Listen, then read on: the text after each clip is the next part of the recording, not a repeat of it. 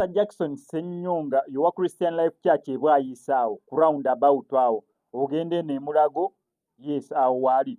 mwana wattu amawulire agali mu kubeera nga gava mu nkubo gagamba mbu owala Grand Hotel fena tumanyi bulungi bwayise ku Northern Bypass ebwayise awo ku roundabout waliwo hotel bagiyita La Grand. Kati eyo hotel La Grand Pastor Jackson Ssenyonga azenga agula abantu okuva space woyitire no ku Northern obeera osobola olaba church ya Pastor Ssenyonga eyo Christian Life Church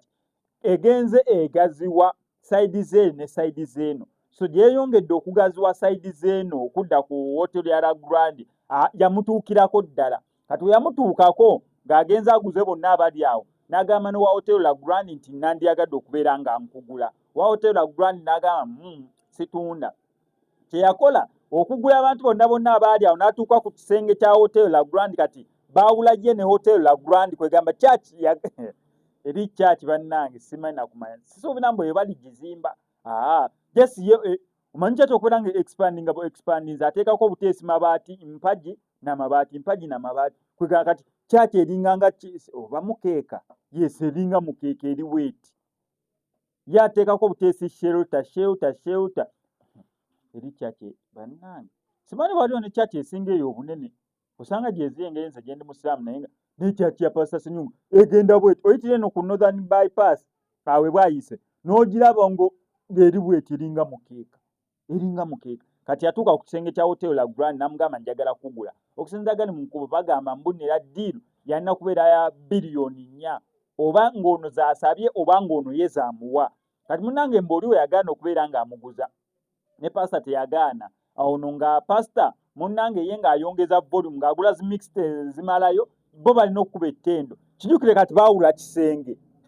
kyaka speaker ezimu azitunzaako mu hotel La Grand ate abagenyi abadde okwebaka mu hotel bafuna emirembe tebafuna mirembe eri basinze okuva ku makya paka kiro overnight balina okubeeramu. Kati just imagine ng'ogenze gamba mbu waayi nimvudde ebweru nzize kuwummulamuko waneeno kafa akalungi kalina swimming pool kalina accommodation ey'omulembe naye aba church ne basula nga bali mu overnight ne basula nga basinza ku makya service kugambye gwe babeera tebali mu kubeera nga bakuba ettendo nga basinza bateekamu ennyimba za gospel ne zibeera nga zireekaana. Kati omusajja agamba bakasitoma tebakyakomawo olw'ensonga church eringa church. Kati munnange okusinza gali mu nkubo yandika kibo okutunda hotel La Grand kigambibwa mbu Pastor Ssenyonga wagigula wali Top TV Top Radio Media House egenda kudda eno mu hotel La Grand bonna abagenyi abamu abajja okubeera nga bavudde wala ab'ebitiibwa babeere nga basulako ng'awo ku church ebeera church ebeera evudde mu hotel ebeera efuuse church naye baaba